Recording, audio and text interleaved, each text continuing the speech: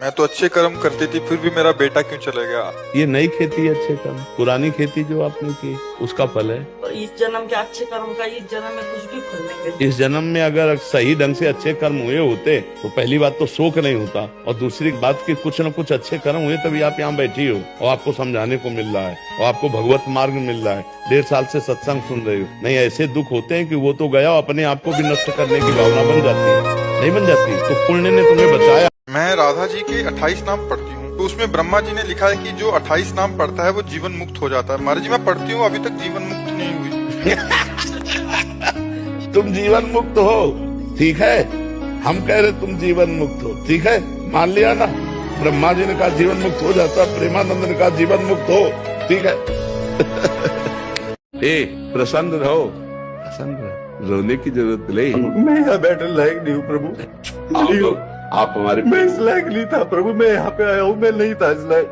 कृपा देखो, एक बात समझो, हम सब एक ही पिता के हैं। सच्ची मानो, जिस दिन रो के घर लौटना चाहोगे उस दिन जैसे माँ, ऐसे नहीं, ऐसे भगवान बैठे, आ जाओ मेरे पास, आ जाओ। लौटना चाहे, बस जीव लौटना चाहे। जिसको किसी से प्यार है और वो ना मिले, फिर उसके हृदय की दशा जो होती है, उसको मर जाना अच्छा लगता है। वो प्रतिपल मरता है अपने प्रेमी के लिए, अपने प्रेमास्पद के लिए। करूं तो क्या करूं, कहाँ जाऊं, कैसे करूं, वो जो व्याकुलता है, और वो परमात्मा अंदर बैठे देख रहा है। गृहस्थी में ज्यादा पूजा की जरूरत नहीं है। तुम जो कार्य कर रहे हो वो भगवान की पूजा है। उसमें पापाचरण न हो, अधर्म न हो, हंस मत खाओ, पराई माताओं बहनों की तरफ गंदी बात मत सोचो, राधा राधा जपो, ये बढ़िया जिंदगी हो जाएगी। हमारी बात मान लो।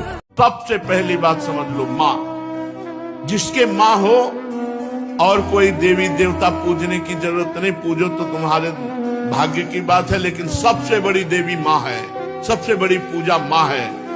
अगर अपनी माँ की सेवा कर ली तो भगवान को प्रसन्न कर लिया। मान जाओ हमारी बात, जहां तक हमारी आवाज पहुंचती हो, अगर तुम्हारी माँ हो तो चूकना मत। माँ का आशीर्वाद ले लो, विश्व ब्रह्मांड में कभी परास्त नहीं होगी। सबसे पहली बात समझ लो, माँ, जिसके माँ हो और कोई देवी देवता पूजने की जरूरत नहीं। पूजो तो तुम्हारे भाग्य की बात है, लेकिन सबसे बड़ी देवी माँ है, सबसे बड़ी पूजा माँ है।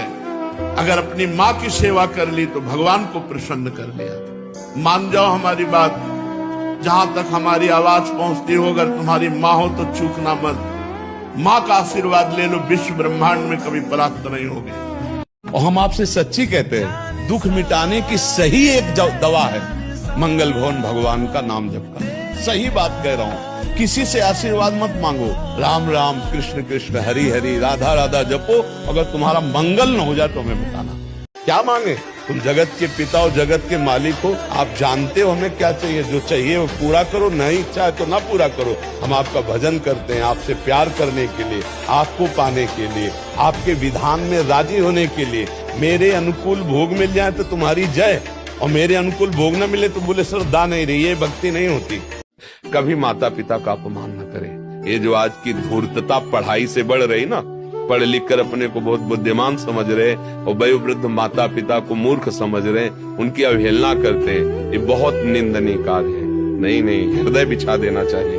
अगर माता पिता की सेवा कर ले गया तो भगवान की प्रसन्नता सहज प्राप्त हो जाएगी। ऐसे ऐसे माता पिता देखे जो पगड़ी उतार करके बच्ची के चरणों में रख रहे हैं। मेरी बात मान जा। अब इसके बाद वो ऐसे पैर मारती पगड़ी में। अब वो समय जब उसको पैर मारेगा तब माता पिता नहीं होंगे, तब माता पिता नहीं होंगे। फिर जो दुख होगा उस समय वो तो पगड़ी उतार के रखने लायक किसी के सामने नहीं रहेगी। इसलिए बहुत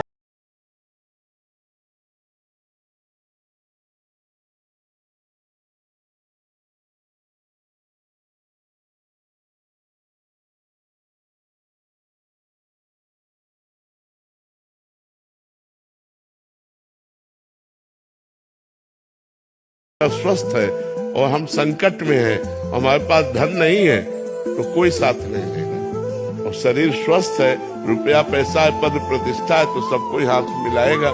नहीं तो दुखिया का केवल भगवान ही मुखिया है। भगवान ही सहयोग देने वाला है, दूसरा कोई सहयोग देने वाला नहीं है। हम आपको सच्ची कहते हैं, हमारा जो मजाक उड़ाएगा, हमारी जो निंदा करेगा, हमें जो गाली देगा, वो हमारे पाप नष्ट करता है। इस बात को लोग समझ नहीं पा रहे हैं। जो हमारी अवहेलना करे, जो हमारा उपहास करे, जो हमारा तिरस्कार करे, जो हमारा अपमान करे, वो हमारे पाप को नष्ट करता है। यदि हम सह जाएं तो, यदि हमारा शरीर अस्वस्थ है और हम संकट में हैं, हमारे पास धन नहीं है, तो कोई साथ नहीं देगा। और शरीर स्वस्थ है, रुपया पैसा है, पद प्रतिष्ठा है, तो सब कोई हाथ मिलाएगा। नहीं तो दुखिया का केवल भगवान ही मुखिया है। भगवान ही सहयोग देने वाला है, दूसरा कोई सहयोग देने वाला नहीं है। हमारे कोई और साधन नहीं, केवल आपके चरणों पर भरोसा, हमारा कोई और नहीं, केवल आपके सिवा। जब ये भाव होता है, दृढ़ भरोसा भगवान, बस यही साधना का फल है। भगवान में दृढ़ भरोसा हो। लड़ने में और प्यार होता है, अपने प्यारे से लड़ने में एक और आनंद की अनुभूति होती है। बाद में रोना भी तो आता है। आप लड़के देखो, वो इतना आनंद दे देंगे कि रोना आ जाएगा। आपसे लड़े, आप क्षमा कीजिए, ऐसा आ जाएगा, आ जाएगा।